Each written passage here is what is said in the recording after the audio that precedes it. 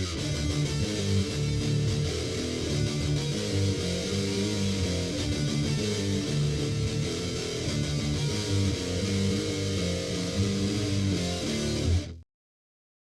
everyone, welcome again to yet another episode of the Men in Orange and Black. This is episode number 12 with the guy who's hiding over on the left-hand side of the screen, right over there. It's Mr. Steve Murray. I am Mr. Matt Craig. Steve, what's going on, man? You only say the left-hand side because you control the editing and you can put me wherever the hell you want. That's right. The last time I had you over there on the right side, but now the shoe is on the other foot. I feel violated that you can just move me wherever you want. It's not cool, man. It's not cool. I'm sorry. Well, okay. You're just going to have to deal with it since I put you over there for now. But then you'll flip back and then third period. But anyway, it's what we do around here. Steve, we just mess with people's heads. Yeah, exactly. I don't know about you. But I think we have finally reached the point in the season where we are in full-blown rebuilding mode. No. Yeah. As much as I would have loved to, make the playoffs, we're going to just talk over what happened at the trade deadline. And this is exactly what happens when you find yourself in a rebuilding phase. You are basically sellers. Mm-hmm. And I just want to, because the more I go onto the Flyers Facebook page and see these ridiculous posts by fans saying we got X is no better, just so you know. X is no better. We got to fire Torts. That's number one. Mm-hmm. We have to fire him. They don't understand why Michkov is getting benched, which we'll get into, of course, next period. Second period, we'll get into that. We're going to have to, yeah. We got to fire Torts. You got to fire Briere. Got to get rid of him. He stinks. Got to get rid of Jonesy. Got to get a new ownership. That's another one. I got to get rid of Hilferty. That's interesting. I know someone must have $1 billion, in their back pocket somewhere. I don't know. The truth. I hate Flyer fans. I've been a fan since '87. Those fans. Yeah, those fans. I think they're all bots, to be perfectly honest, and I think they're trying to voice maybe their frustration. I don't know, but it's like the IQ level just goes down here, and I don't want to go down there. It's like we're looking at the bigger picture, and I don't want to like continually hit my head up against the brick wall that is the Flyers Facebook post. Maybe I just need to get rid of it. I don't know. Maybe just not follow. Just don't look at it. Yeah, just or not look at it. Yeah, maybe that's what I need. Just don't look at it. Let's look That's how you make monsters go away. Just don't look. Just don't look. Just don't look. Trolls feed on your emotions. If you don't give them your emotions, they have nothing to feed on. They will disappear. That's true. That's very true. Maybe that's something I have to just keep that in mind off the top of my head. So, or just post one big giant middle finger. That might. Or barf emoji, or getting sick emoji, whatever the case may be. Maybe that's what I need to do. Start doing that. You are stupid, period. Yeah. In bright orange. Yeah. I believe. Anyway, let's take a look at the trade since the trade deadline passed.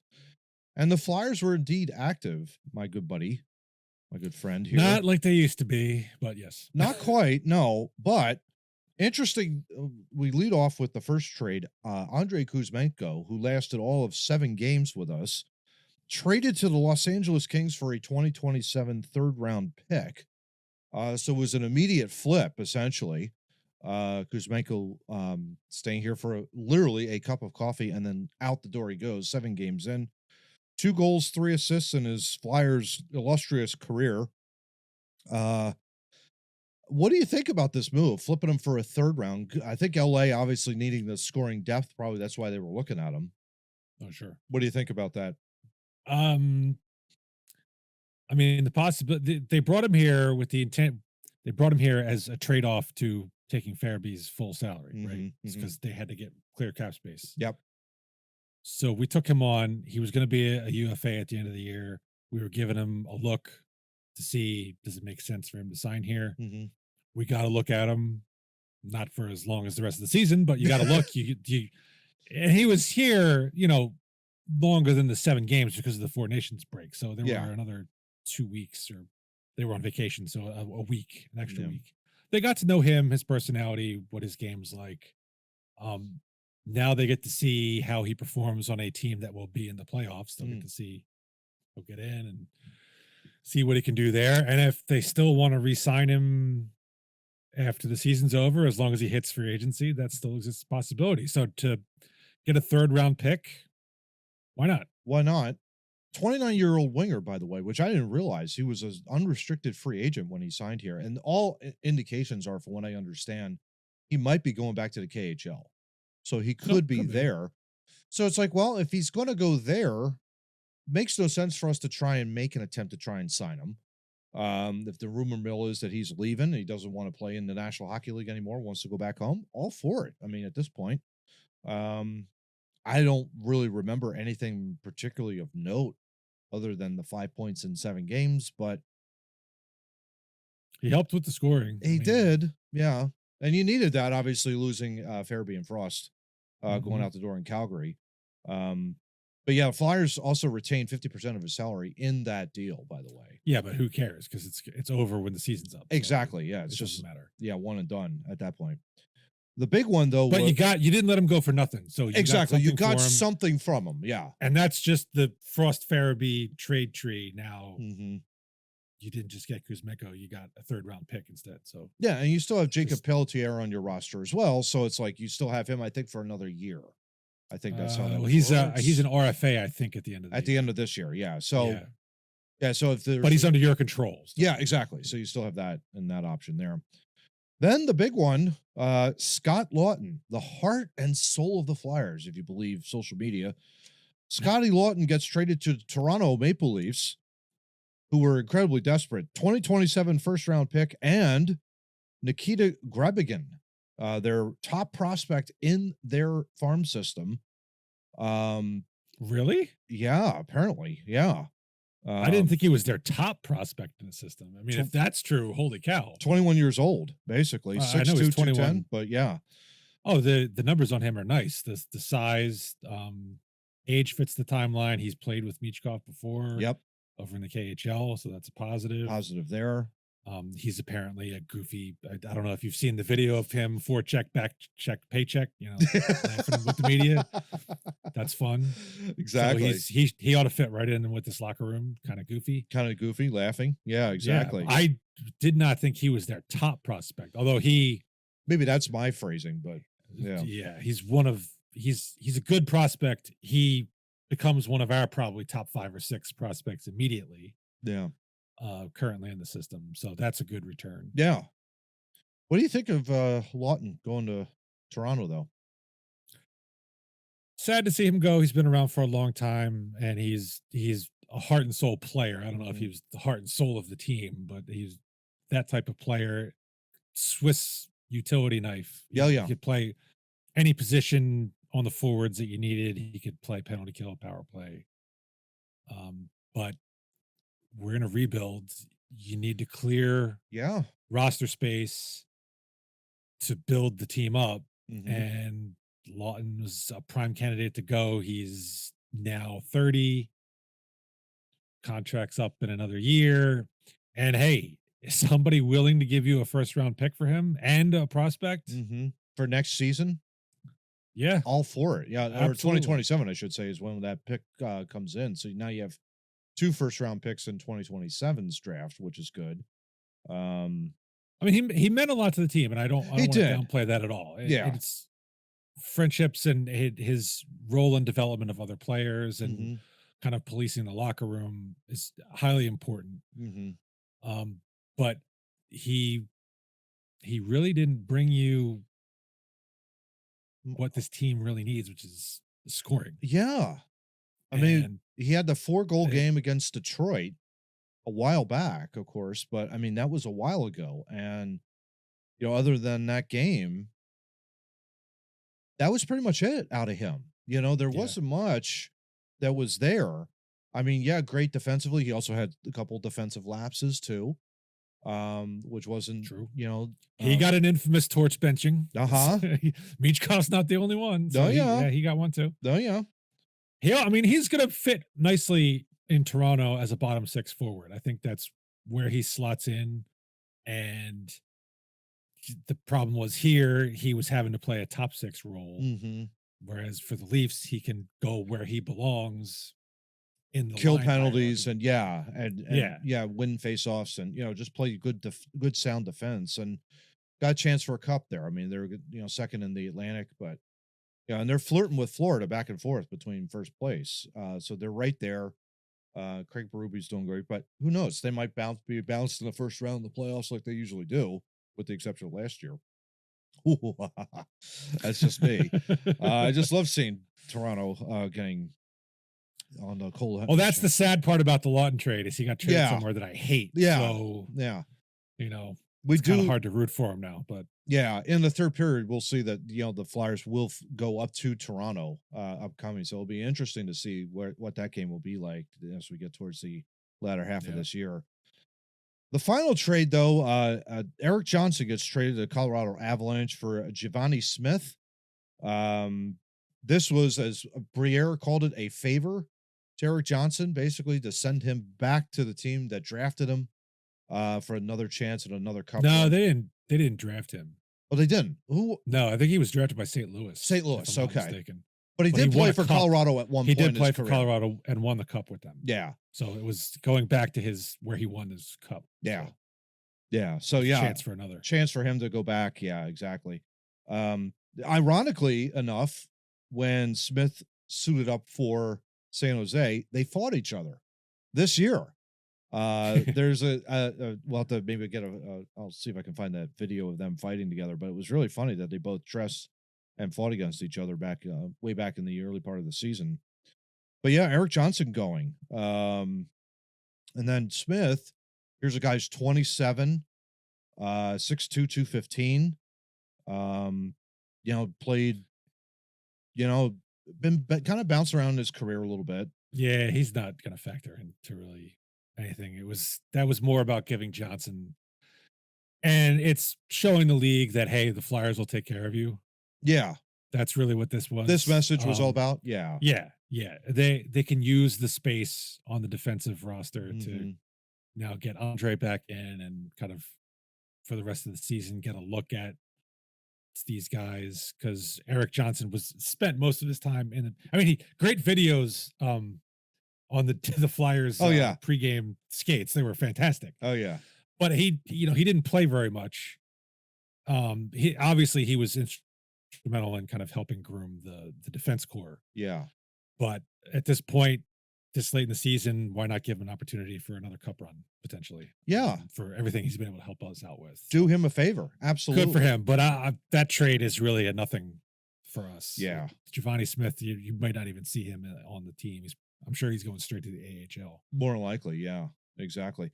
So, I mean, what do you think of those were the 3 deals that the Flyers did at the trade deadline. It's not like we said at the top, not exactly, we're not trading for Mikko Rantanen. We're not trading for all these top end talent like we used to back in the day where we were very aggressive and we were going to try and hit that home run to maybe see how far we could go in the cup run. Clearly, we're in rebuilding mode. And we're trying to get younger, which Briere is definitely doing. The question then, of course, is how's this going to play over with the fan base? Well, we're 2 fans. What do you think, Steve, about all of these trades? I'm fine with it. You got a first round pick for Lawton, which you were holding out for, and so you got it, and a prospect. Kuzmenko, that's neither here nor there, and the Johnson thing was, who cares? Yeah. I think it's fine. You maximized an asset in Lawton that we can use going forward. You make the team poor short term. Yeah. But this season was never about winning a cup because it wasn't a realistic possibility. Yeah, they could have cracked the playoffs, got some experience, and mathematically they still might, but this season was never about that. Yeah. And I think this answers the question of, being close to the playoffs, just like last year. They were close. It's like, well, are you going to go for it? Or are you going to? Yeah. And they sold off Scott Walker. This season, they went even further. You're kind of close. You're going to go for it? No, we're trading Scott Lawton. Yeah. one of our assistant captains. So Yeah. this puts us where we need to be. This offseason is going to be critical, obviously, but I think this trade deadline, Danny did what he needed to do. Yeah. This is the way I look at it. And I think also, too, the fact that they've got 7 picks in the first 2 rounds of this upcoming draft. They're not making those. And that's going to be interesting, right? Do they make all those picks? Probably They're not. not going to make. Not going to make. It'll be interesting to see if how that transpires in the NHL draft, of course. But yeah, I agree with you. I don't think they're making all of those selections, because then it's like, okay, well, you're already young to begin with. You're probably right now the youngest team in the National Hockey League, with everybody has been pretty much like flipped over. 36-year-old defenseman out the door, 30-year-old forward out the door, 29-year-old winger out the door. Yeah. And so now you've got a bunch of 20, 21, 22-year-olds. And lo and behold, that's where we find ourselves. And that's the bottom line. At the end of the day here, you're not making a cup run, all that kind of stuff. And again, this season was never about it. We said that at the beginning. Yeah. Even next season, it probably is not going to be you're going to be it's not in a cup. You're probably going to want to try to make the playoffs. But this draft and the offseason that follow are important. Really, the goal is by 26, 27. Yeah. We have a team that's now on the upswing and is ready to compete. I keep thinking about, like, the Rangers went through the exact same thing. A lot of hell, during their rebuild, and they were very public about it. I remember that after their cup run in 2015, they went into full rebuild mode. They got rid of all their, veteran assets. They stunk up the joint for a number of years. But what did they do? They loaded up themselves with picks. They got right in the draft, and then all of a sudden, here they are, contending for the playoffs. Now, they're on the outside looking in right now, but they righted themselves, as we kind of figured that they would a little bit. Now they're kind of rebounding back up, and they're fighting with Columbus for that last playoff spot. Currently right now they're playing each other, as we mentioned right before we started to record. So that's kind of where we want to be. But right now, we're much better in Pittsburgh. I'll tell you that right now. And, like, Pittsburgh they have no idea what they're doing. That's the difference. The difference between us and Pittsburgh is Pittsburgh has a whole bunch of aging players. Crosby's like 36 or 37. Malkin's up there. The same. Carlson, Pussyface. What's it? Chris Letang. Like the core of their team is aged. Yeah. Whereas we are very young. Yeah. And so we're farther along than where Pittsburgh is. Yeah, exactly. And that makes me happy. And if anything, we are playing much better defense than they are, which is saying something. But now that we talked about our trades, let's talk about the NHL trade deadline overall, Steve. You have Mikko Rantanen going from Carolina to Dallas. Blockbuster trade, of course. That was the big rumor, was that Rantanen was not committing to a long-term extension with the Carolina Hurricanes. And so Carolina flipped them over to Dallas, and they got a haul back, multiple draft picks. I think they also got a forward as well. Logan Stankoven, yeah. Yeah, Stankoven. I mean, you've gotten rid of now Natchez and Rantanen. What are you doing? And you've got Stankoven and Taylor Hall. Like, for a team that, this was supposed to be a year they're going for it. I don't know what they're thinking. Yeah. A lot of questions there, and it's like they're second right now in the Metro, but does this set them back a little bit because they've lost, not only that, they also lost Jake Gensel. Gensel left them and signed with Tampa. So it was like no one wants to sign with them long term, which is very interesting. And, you got Rod Brindamore down there as a coach, and he's a great coach. Now there are rumblings, he's trying them too hard. He's pushing them too hard, all that kind of stuff. And I'm thinking, like, where have I heard that? Where have I heard that before, right? I mean, it's interesting that now all it sets them back. Absolutely. Because you've lost 2, and I know Rantanen hadn't been scoring, and that makes you kind of wonder how much of it was him and, playing with McKinnon. But you've given up 2 guys, and Rantanen, he wasn't scoring, but he wasn't there very long. Yeah. So he didn't really have time to acclimate. Yeah. I don't know. Are they going to shoot this year down the toilet and hope for next year? You just wonder. Yeah. I mean, because they're outside of well, really ran is Sebastian Aho. He did commit to them long term, from what I understand. Yeah. A few years ago, I think he signed like a multi-year deal. But outside of that, I mean, I don't know. Yeah. A And I've got lot an of questions with the interesting Carolina Hurricanes setting in. I have an interesting stat for you when we get to the third period on that Oh, too. there you go. Just, Yeah, exactly. Because I think we do face them in the upcoming. we do. Yeah. Yep. Last. Part of the gauntlet. Yeah, part of the last remaining gauntlet of the year. Yeah. Yeah. And then we have to, before we get out of here, that little rat face, Brad Marchand, goes to the Florida Panthers. That was a wild. I remember watching that Yeah. on Friday, and I was like, "Wait, what? That little rat-faced bastard is leaving Boston? Boston is waving the white flag." Apparently they did him dirty. The reports I've seen since Really? Friday, like, yeah, they were lowballing him, I think, on an extension. Yeah. is Well, he's what I like heard. 37 as well, and it's like I didn't realize how old he was in the league, and it's Yeah. like, but they were just like, I guess they just had enough of him, and they just said, "Okay, see ya, bye." I mean, the only one Well, that's left from their cup runs are really like Pasternak. That's like, yeah, and that's another guy we got to worry about, of course, in the future. But sure. Him going to Florida, though, Florida is totally leaning into the whole villain. oh thing. yeah, Like, yeah, we got Kachuk and Bennett, and now we've got Marchand, who once took a run at Bennett, or maybe the other way. I don't remember who. yeah, or the other who way hit who, around, but, yeah. But yeah, that's not a fun line to play against. No, but isn't it like two of those three players?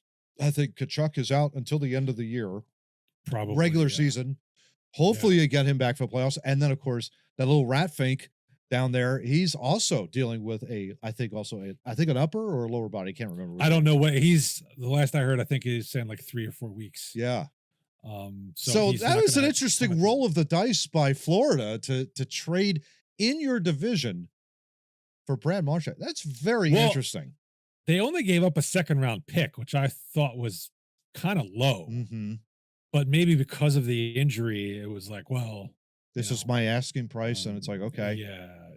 But we'll see how things go after the season's over, because the whole thing originally was, oh, he's just going to re-sign back, and he's going to go for a cup now, and he's going to re-sign in Boston when the season's over. Yeah. But now what we're hearing, where they kind of did him dirty, maybe he won't. I don't know. Yeah. Let's see.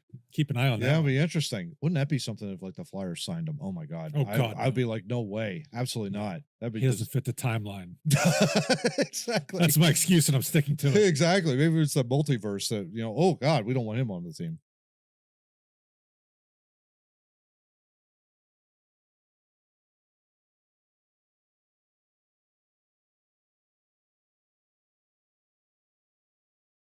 Period number 2 coming at you here. That's like the middle finger in Britain, man. You can't. That's only if you go up be nice, like that, right? Let's be nice to our overseas friends. To overseas friends? Okay, two. Like peace. Yeah. Screw you. Any event, Steve, let's take a look at what happened over the last couple of weeks. It started out very, very promising, of course. Oh, yes. After Edmonton, you've got the Pittsburgh Penguins at home. And in probably the best game of the year to date, an absolute smackdown of the Pittsburgh Penguins at home, 6-1. Oh, it was so beautiful. Bobby Brink with 4 points in the game, a goal and 3 assists. Noah Cates with 2 goals and assists. That entire line, the Cates line, dominated the game. Brinks, of course, like I mentioned, 4 points. Then Cates with 2 goals and assists. And my boy, Tyson Forrester, goal and 2 assists. I mean, it was an epic beatdown that was so glorious to watch. 2 goals early. I mean, not much more to say, right? It was just absolutely terrific. Dominated them in shots, 38-24. It was unbelievable what they did. Yes, it made me very happy. Yes, very happy. It's always great when you can spank the Pittsburgh Penguins with Crosby in the lineup. That made it even sweeter. Oh, yeah. That was a fantastic effort and game. And you're right, there wasn't much more to say about it. The best thing to do, too, I mean, we could probably just, as we're talking over this, let's talk about in the second period specifically. You had Noah Cates with a goal. in the second period, made it 4-1 with a nice wrist shot with like 18:55 elapsed. So that was almost like, what would that be, like with a minute 5 left in the first period. So it was 4-1 at that point. Not 10 seconds later, elapsed time, Bobby Brink with a perfectly, a scramble goal, essentially. They call it a deflected shot, 5-1. So it's like you just 2 goals in a matter of 10 seconds, essentially. 10-second difference between the two. That must have been unbelievable if you were there to watch that. That was the dagger. Yeah. In the Penguins, those 2 goals in quick succession. Because 3-1, you're still kind of within striking distance. Now you make it 5-1. Yeah. Right before the period ends. That's deflating. And you saw it in the third period because Pittsburgh had no heart left. Oh, it was fantastic. Wonderful. So then you go to Pittsburgh, the final game of the regular season with the Pittsburgh Penguins. And you started out really, really good. Out to a 3-0 lead. But then they look like the same team you just played at home. Crappy. Yeah. And that's what they are. Crap. But then Tomasino with a goal. Then Erik Karlsson made it 3-2 30 seconds later. And even though you had a Michkov power play, Michkov played very well. He had 2 goals, I believe, in that game. One on the power play. Karlsson, though, with a goal, 4-3. And then Malkin tied it early in the third period, I should say, made it 4-4, and then won it in overtime, 5-4 in overtime, which that's a kick in the pants. You were up 3-0 and you cough up the lead. Outshoot them 37-25 in this game as well. You do go 1 for 2 on the power play, but you would have liked to see a back-to-back beatdown on this. But you got a point. For a team trying to make the playoffs, this was a missed opportunity to bury a team behind you, get a nice 2 points for yourself, and ride some more momentum. Yeah. And this, and the goal in overtime, like where poor Jamie Drysdale just goes sliding by and Malkin just waits. Like, I mean, that's veteran experience. Like, whoop. Okay. Yeah, it's like, right, now I'm one-on-one with Sam Harrison. Yeah, and it's like no chance at that point. Yeah, there are like a bunch of guys you don't want one-on-one with your goaltender, and he's one of them. Yeah. So, that was bad. You were up 3-0 and you blew it. Yeah, you should have won that game. Yeah, absolutely. In their building. Yeah. So you're done with Pittsburgh, but then you go to Winnipeg. And this was a concerning game because you're going to their building, one of the top teams in the West, still are, by the way. Ivan Fedotov, though, had a whale of a game. Match save for save with Connor Hellebuck. It was a tremendous game. You walk out of there with a shootout victory in Winnipeg, 2-1. Drysdale with the goal in the second period to tie it after Scheifele had scored in the first period. Was that the one where he got the pass and he was just kind of like all alone in this he big didn't know what to do. He's like, wow, I've got time to like sit down, set a table, drink some coffee. Oh, I want to take a shot. Shot and see if it goes in. It did. I have to throw this up here. An absolutely filthy and dirty goal by Matvei Michkov in the shootout made Hellebuck look absolutely foolish. Almost had vibes of when Claude Giroux had that shootout goal in Toronto all those years ago, where he had like kind of like the backhander and flipped it past. I forget who he scored it against. Oh, he did the Datsuk on. Who was that goal? Gustafsson. Yeah. Felix Gustafsson, yeah. Very similar, almost kind of similar vibes that Michkov had. So walks out of there. You get a shootout victory against Winnipeg in their building, Steve. That was huge. That was big. Remember we talked last episode, I was like, you got to get 4 points out of the Pittsburgh games. I said, you got to find 2 points out of the Winnipeg series. And right off the bat, first game, you win the game, you get 2 points. Yeah. So that was fantastic. And you played a really good game, a really tight game against the top team in whatever their division is, Pacific or Central. They're in Central Division, whatever. Yeah. Because, you go to Winnipeg after you've been to Pittsburgh. That's just what one does. Right. And so, I can't read that. You serious? It says Central. Yeah. Right. So it was a great 2 points, great game. Yeah. Absolutely looking terrific. Yep. And in the first. Then Yeah. the bottom pretty much dropped off because I had a feeling as we were approaching the trade deadline on the 7th, this team was not going to handle it very well. And especially, I think probably rumors were flying as to what was going to happen with Scott Lawton, what was going to happen with a few other players. And they're like, oh, I don't know what to do. Well, you play against Calgary, and it wasn't pretty. 6-3 the final. So again, similar to what happened in October, it happened here in Philadelphia, 6-3. Calgary out to a 3-0 lead. Give the Flyers credit, though. You got Cates and Kuzmenko kind of back-to-back goals there, made it 3-2, but it wasn't at that point. You had Sharangovich. Boy, hopefully I pronounced that right. And Frost assisted. Oh, that's great. So it's 4-2 in that after that goal. Second period, only Calgary scored a power play goal, made it 5-2. Couturier makes it 5-3, but I mean, it was over at that point. You go 0 for 4 on the power play. That doesn't help. Not good. Not good. Against a team that I think we're better than they are, but they certainly proved it. They gave up. Well, there was an empty netter in there, right? Yeah, there was an empty netter in there. So they gave up 5 goals to a team that I think had scored 1 goal in the last 3 games. Mm-hmm. Calgary cannot flip and score, and you gave up 5 goals to them. A lot of that, and I know we're not doing studs and duds this week, but Ersson would have been my dud for this week. Yeah, the Calgary game was a big part of that. Yeah, he was not good that game. Exactly. And when they were trying to come back, they get it to 3-2. And he gives up that 4th one. That's a backbreaker. That's huge. Yeah. Because you're climbing back and now you're back to a 2-goal deficit. Yeah. Especially with like 2.5 to go in the period. That's an absolute backbreaker at that point. It then got worse. You go repeat a visit by the Winnipeg Jets, and they just absolutely dominated the Flyers in this one, 4-1. It's 4-0 after 2 periods of play. 2 power play goals by the Jets, which you cannot have. If you're going to play Winnipeg, you have to play them tight defensively. Stay out of the box. Stay out of the box. They don't. And once again, they dominate 27-22 in shots. 2 for 2 were the Jets on the power play. Those are the only 2 chances they had, both in the first period. The game was pretty much over at that point.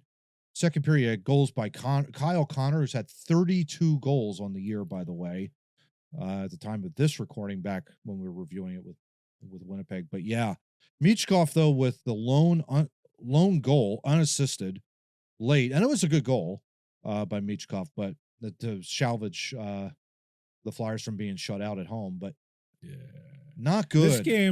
This game reminded me a lot of the Dallas game earlier this season, because I saw the Flyers trying to get to the middle. They were forcing plays to the middle, and Winnipeg just was not having any of it. Yeah. They really clogged the middle up and prevented any dangerous chances from inside. And they really, as much as the Flyers would try to get inside, they just could not. Yeah. And it was the same thing with Dallas. Like, we would try to get in there, and Dallas just had too many bodies, and we couldn't break through. You just couldn't break through. All the shots, if you do that, all the shots then go outside of the perimeter. You have no chance at that point. Yeah. Despite people probably saying, shoot. It's like, no lanes at that point. No, so, yeah. No. So, yeah, 4-1. And then, so I'm thinking like, okay, you have the trade deadline pass. You got the Seattle stinking Kraken. You have the Seattle Kraken. This is a team you should absolutely own. No. For some reason, we can't seem to beat the Seattle Kraken, Steve. Philip Grubauer. The curse of Dave Haxtell in full effect. I don't get it. Tippett with a 1-0 lead, but then, 3 goals, clearly a shorthanded tally by the Seattle Kraken. I can't believe we lost to this team. 4-1 too. It wasn't like, we're out to 1-0 lead. I'm thinking, okay, we're doing pretty good. Nope. They outshoot us 32-24. Both teams go we're 0 for 5 on the power play, by the way. Yeah, Steve. that was bad. They were 0 for 3 in the first period. Yeah. They had 3 opportunities early in the game to bury them after the goal by Tippett, and just Tippett's goal came late. I'm sorry. Yeah, Tippett's goal came late. Tippett's goal came late, but they had 3 power plays where they really could have put their foot down, and just now Tippett's goal it was a little bit lucky too. But Mhm. he was doing again what I was telling you before, Yeah. which is he's trying to muscle his way to the front of the net. He tries to do that, and good thing happens. So that was good to see. Yeah. But other than that, like the second period, just Yeah, and this is after they had traded Vanev, one of their top forwards, after the trade deadline. And it was like, that was another one we missed, but on the trade deadline talk. But this is a game you had to win in order to have some semblance. Wasn't going to happen. And then today, of course, at the time of this recording on Sunday, final game against the Devils, and it's more of the same. Devils 3-1 winners. Again, you get out 2-0 lead by the Devils after 2. Drysdale with a goal. Very nice play, made it 2-1, but then a power play at the end. By empty netter, though. Empty netter. Yeah, power play goal empty. That's like a double-edged sword at that point. It's like, man, kill it by Jake Allen has our number. Yeah, that's true. Of a .958 save percentage. And yeah, it was bad. He didn't have to make too many high quality saves, but he was there when they really needed it. Because we had a couple of opportunities on loose pucks in front of the net, and he just shut it down. So yeah, you got to give him some credit. And Michkov again gets his time reduced in the first period, which yes, Torts again testy with the media. Hey, there's more to it. I'm not going to give you why, but it's my choice, my decision. I'm going to coach him up the way that I'm going to want to coach him up. And a lot of Flyers fans are very upset over this because Michkov's got a lot of goals, of course, second in the team in scoring. But then, of course, Travis Konechny hasn't shown up since the Four Nations. Yeah. So it's kind of like Konechny is really fighting it. Right oh, yeah. He is really fighting and I think that whole tournament really kind of did him in. I really think that. I really believe that. But I think his gas is, I don't know if the gas is empty there, but I don't know. I can't answer that for. Well, to go back to the Torts thing. Yeah. Because you mentioned, Flyers Facebook. Yeah. Flyers Twitter is also terrible. A lot of people, what's the point this late in the season? It's like, well, you don't establish accountability early in the season and then decide it all goes out the window just because you're not making the playoffs. Right? Because if you let it go now, next season, when you try to rein it back in, it's not going to work. Yeah. Okay. And then the same thing. Oh, well, there's nothing left. They traded all these guys away. So Michkov is the only reason to watch this season. Your people pay money to see him. They have to realize Torts is not here. Yeah. The coach is not responsible to make you happy that you get to watch a guy play 30 minutes a night. Yeah. That's not what he's here. He's here to teach the guys how to win hockey games. Yeah. And when you do what Michkov did on that first Jersey goal, and it's something he's done before, you have to have him be accountable for it. Yeah. And I know it sucks, and I hate it too because I love watching him out there. Yeah. But you can't allow him to take those chances, right? And it's not Torts' job to please you by just running him back out there, even though he messed up. Yeah. Okay. There's... Breathe. Right. Right? It's... Yeah. It's frustrating. You're killing his chances to win the Calder. Him winning the Calder is not the goal. Yeah. Us winning a Stanley Cup because he's our best player is the goal. And if he's learning as we go, and the people who are like, I'm tired of talking about Torts benching him. Where's the accountability? Hey, maybe the 20-year-old ought to start doing what he's supposed to be doing instead of not doing it. Maybe he needs to play a little bit better defense. Just a little bit, just to tweak it just a little bit. And that's the other thing that bothers me too, is the whole, I think people understand he's not trying to turn him into a checker. Yeah. But what they do say is, you want him to take risks, right? Taking a risk because you're pinching on a possible play is different than not getting your defensive responsibility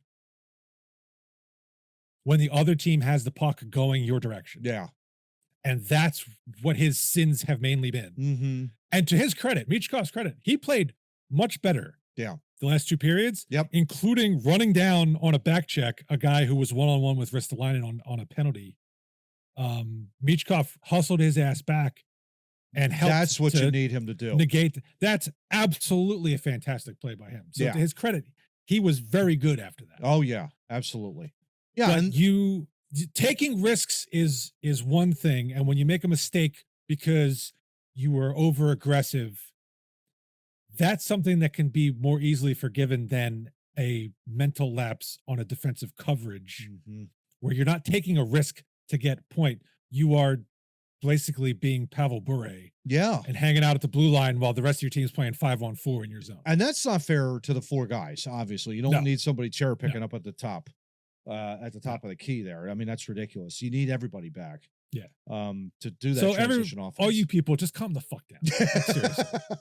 All right. Hopefully we won't die on that uphill battle there, bud. I mean, that's what I'm saying, at that point. But oh my gosh. Yeah, so 4-game losing streak after the Winnipeg shootout victory. It was kind of one of those things where it's like, okay, you had a chance. This was the homestand that you needed to kind of say, okay, if you're going to make it, this is what you're going to do. You have to get those points. You have to win those games. And they're not good enough. Even with Scott Lawton in the lineup that kind of a deal. Or even, we just don't have the talent that we need to get to that next level yet. Is it coming? Yeah. I hope so. I would want there to be talent, and I think there will be. But it's not worth the aggravation to say, well, you got to get rid of Torts or you got to get rid of, Briere because he's not. Briere is trying to mold this team to be a competitive team in the future. And there's going to be a lot of short-term pain in regards to this. And right now, that's what we're living He's through. had 2 years so far to clean up. He is unwriting shit. He's unwriting all of the wrongs that have been done by the previous regime, which, by the way, was an outside hire. Can I remind all our Philadelphia Flyers fans that? Yeah. You don't need somebody coming in to say, "Oh, well, we need new blood, new fresh blood in here." No, we tried that. It didn't work. He didn't understand our culture. He didn't understand what the heck was going on. To be fair, he's cleaning up the last 2 regimes because the Hextall regime wasn't very good either. Yeah. Now each regime had its own different issues, but they both screwed us royally. Oh yeah. And he's had to clean all that up, and we are still in that process of cleaning all of that up. Yeah. And it's going to take time. You have to be patient. We can't lose sight of that. I was just going to say, in order to reorganize your garage, you have to first go in there and clean up a lot of crap. Yeah, it's not saying that we're a garage, but what I'm saying is you have to be able to sweep a lot of stuff up and get rid of a lot of trash that's been within the organization for a number of years. And you need to freshen things up, and you need new and fresh blood in there. And that's exactly I need all those used screws. You never know when they might come in handy. You have to have those. Yeah, you need to put them in there. Yeah, exactly. So, well, with that being said, Steve, we now look at where we currently stand. And it's not good, obviously. 27-30-8 with 62 points. Losing record at home, losing record on the road.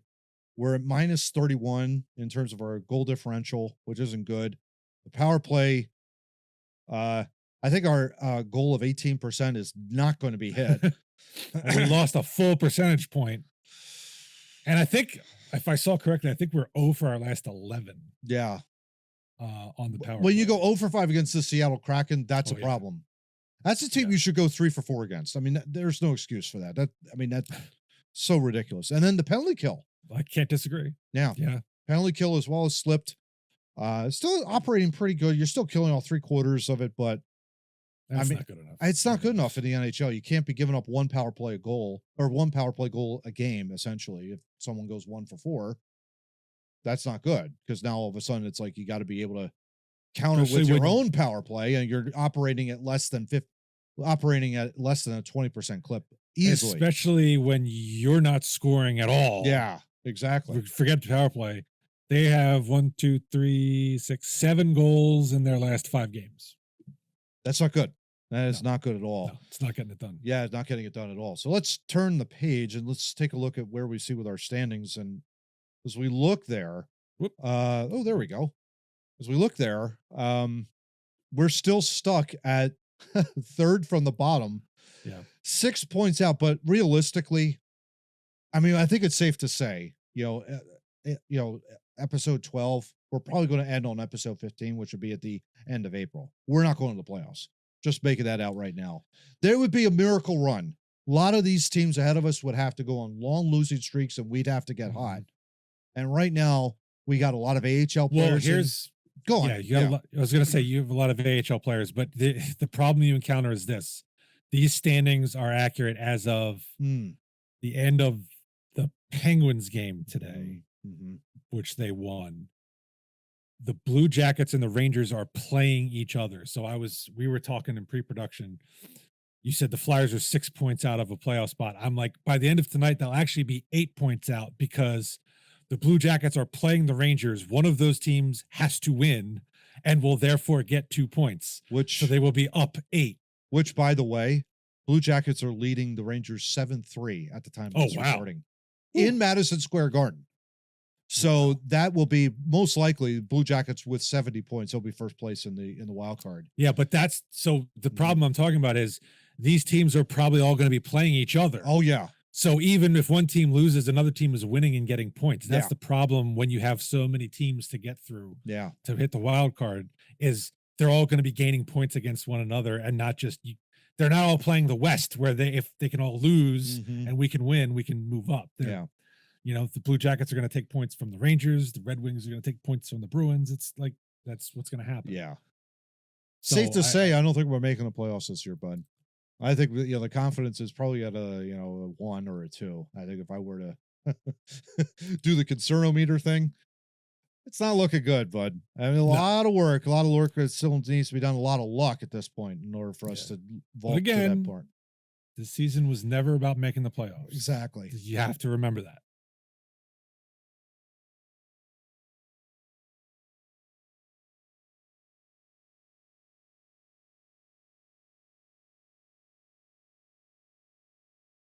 It is period number 3. How about that? And that's not offensive to anybody. Now you're making.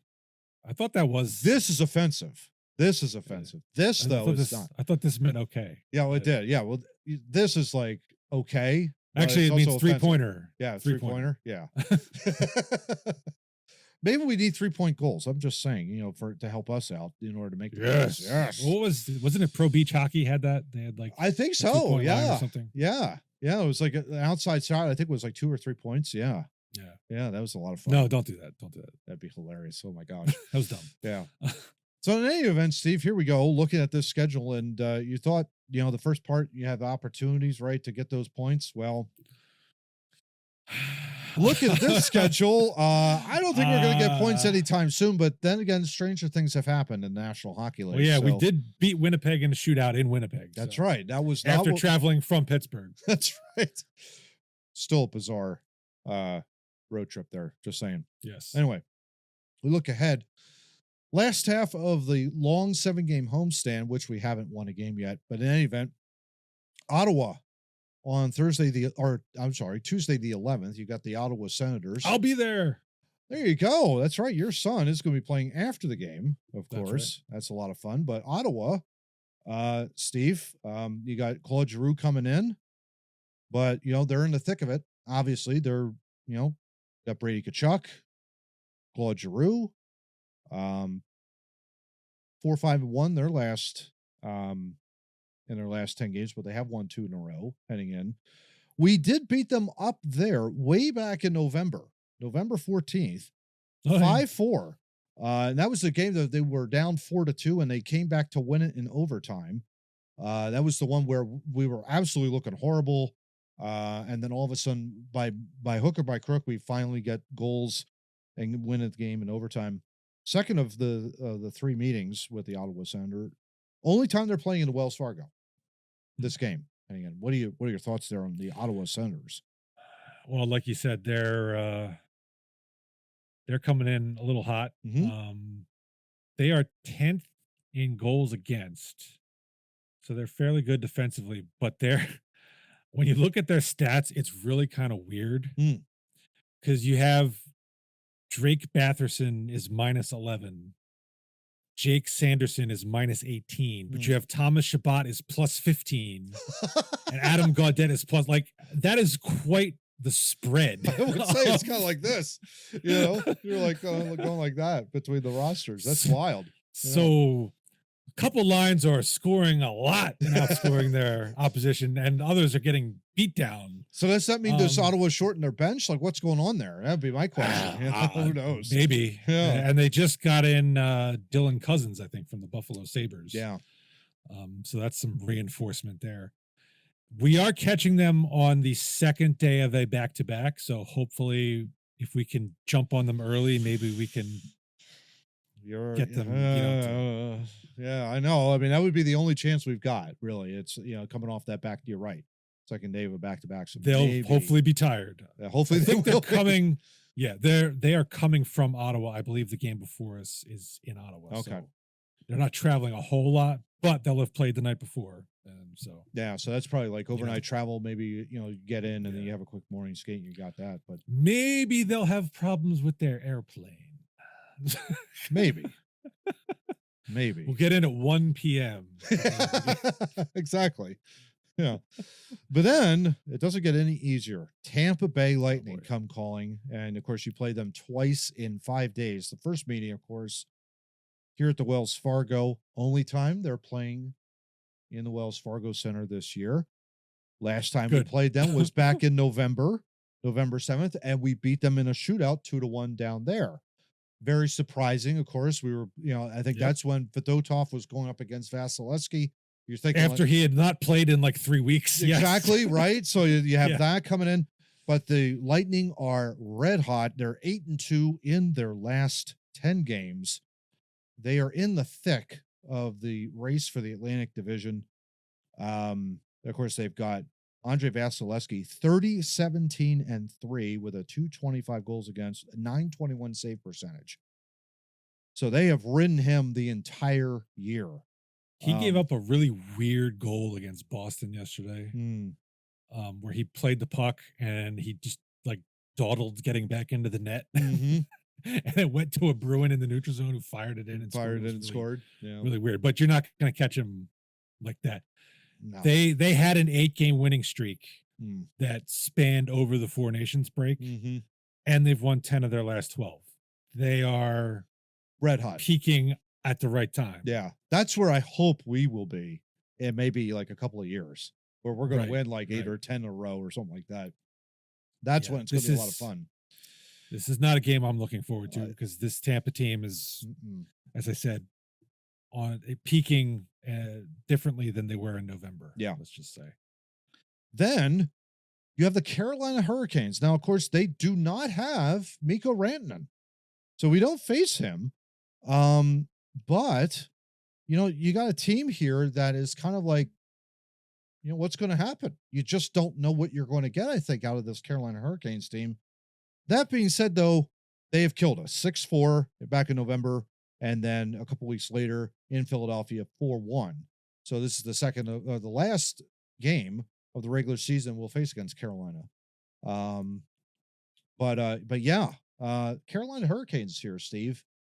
Is there a possibility, with all the drama that has unfolded with the Carolina Hurricanes, that we could possibly steal 2 points, or am I thinking no?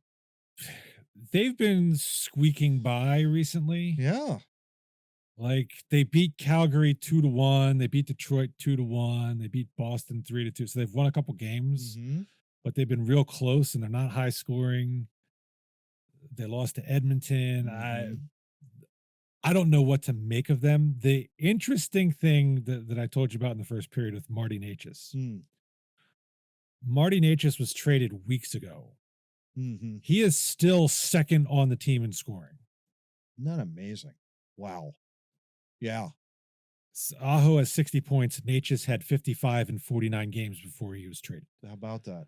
So, and the next one up is Seth Jarvis, who only has 47 points on the season. So they're a weird team. I have to be honest with you. I'm not quite so sure what the heck is going on with them ultimately, with all the drama that's been going around and all the trades that they've done. Yeah. The thing that's tough about them is they are one of those teams that forechecks really hard, and Yeah. that seems to give us problems. Yeah. The last couple games I've been watching, we got hemmed in a lot. Like the Devils had a couple shifts where they were in our zone for like a minute and a half, 2 minutes, and as Winnipeg was kind of the same thing. Seattle had a couple shifts like that. Mm-hmm. The way we defend, we collapse guys in front of the net. Yeah. And the wingers only kind of swing out to the points when the puck goes out there. Mm-hmm. When you play that way, you have to either have your goalie freeze the puck when the shot comes, or you have to get possession of it after a shot or a miss and clear it out of there. Yeah. And we haven't been doing that. And so that's what worries me, because that's Carolina's game, is get in, pound you on the forecheck. Yeah. And that's where we've really been struggling. So Yeah. I'm not holding out much hope. Yeah. We're coming out of this with points. Points. Yeah, exactly. So that will end the long 7-game homestand, the Carolina game. Then you go on a 5-game road, and it kicks off with Tampa in their building. We've already talked about the Lightning, of course, what we just mentioned a few minutes ago. But then a couple days off, and then you've got the Washington Capitals, in which Alex Ovechkin is only, I think now, single digits behind Gretzky. And I really hope that this is not the game that he sets the record. I really am. He's got 885 as of now. 9 to go. 9 to go. Yeah. So it's feasible. It's feasible, but not. I'd rather not be on the wrong end of that history. Exactly right. Last game against the Capitals, and of course they've won every single game, 4-1, 6-3, and 4-3. That 4-3 game, though, I think, correct me if I'm wrong, I think Washington got out to like a 3 or 4-0 lead, I think, and then we kind of fought back to got within it. That's my recollection. Yeah, so it's kind of like, okay, maybe, but I mean, it's the Washington Capitals. They're having a banner year in the Metro Division, and runaway winners of this division. I mean, they're just head and shoulders above everybody this year, and no one thought that was even going to be possible. Yeah. Nobody. Now they've won 3 in a row, but before that they lost 3 in a row, including to Calgary and St. Louis. Mm-hmm. Yeah, they are the class of our division. Yeah, and the Metro. Yep. It's another one I'm not holding out hope for points. Doesn't get any easier. You go to the Dallas Stars after that. And of course, they get Wyatt Johnson, but then, of course, they also have Mikko Rantanen. And, of course, we played them early. Is it Colorado Mikko Rantanen, or is it Carolina? I love Mikko Rantanen. It'll probably be Colorado. I think he had a banner game to begin with, his Dallas Stars career. He also signed a long-term deal with the Dallas Stars after the trade was over. I think 8-year deal, I think, for what I understand. Like 9.6. I think it was 8 for 12. Yeah, something like that. Dallas, of course, beat us in our building 4-1 earlier in the year. I would expect the same down there in Dallas. This is not going to be easy. I don't see many points here, bud. No. You then fourth. Yeah, they're fourth in goals for, fifth in goals against. So they're top 10 in both. Rantanen's there now. They lost Miro Heiskanen, which is a big loss.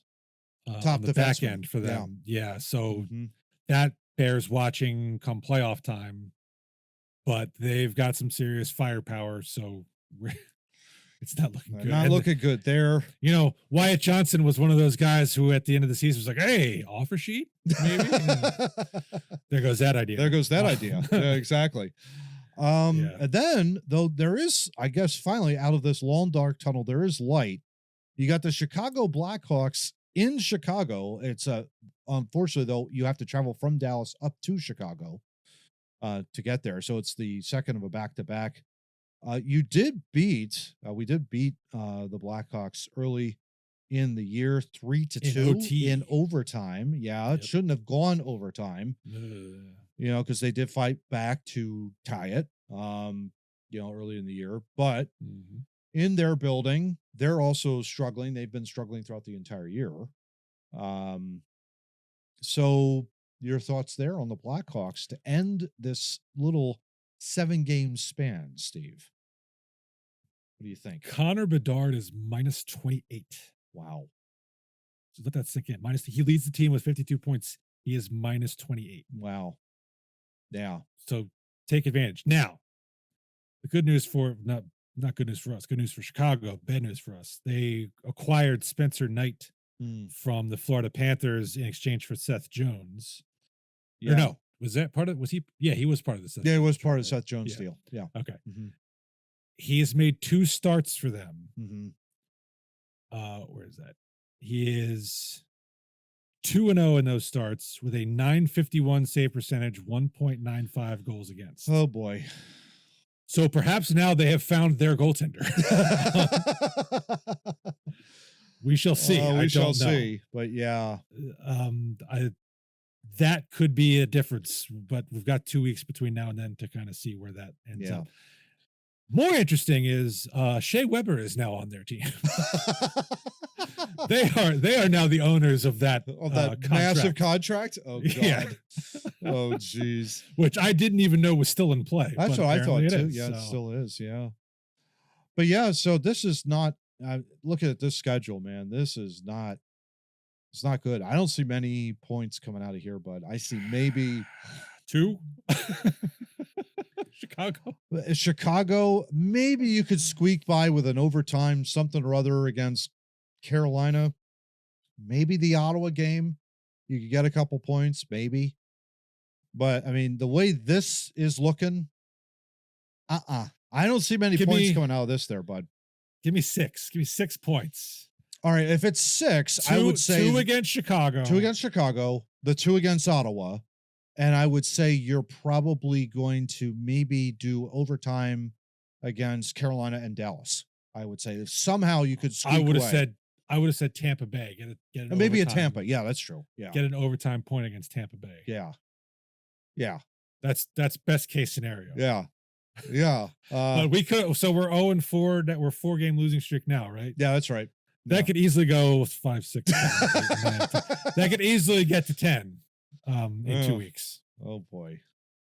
It's not going to be good for this podcast, but I'll tell you that right now. Although I hope our entertaining value has brought a lot of positiveness and maybe some sanity to your listening minds. Well, look, there's a bright side either way, right? Either they find a way to show these young guys how they can beat some good teams and they learn some things along the way. Oh yeah.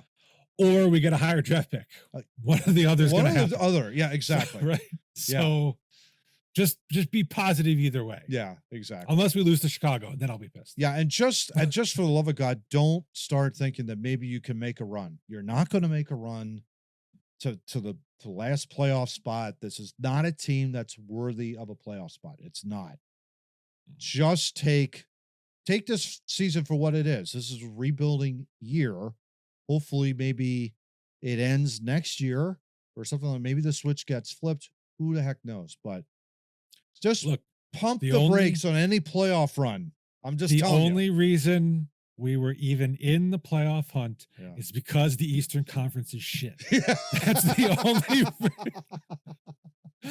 only reason. That's right. That's right. And there's always next year, and you got a lot of draft capital heading in. Yeah. That could be used for bargaining chips for elsewhere or whatever the case may be. So just keep your head up, Flyers fans. Don't get involved in Flyers talk on Facebook or on Twitter, all that kind of stuff. Listen to us. We're the same.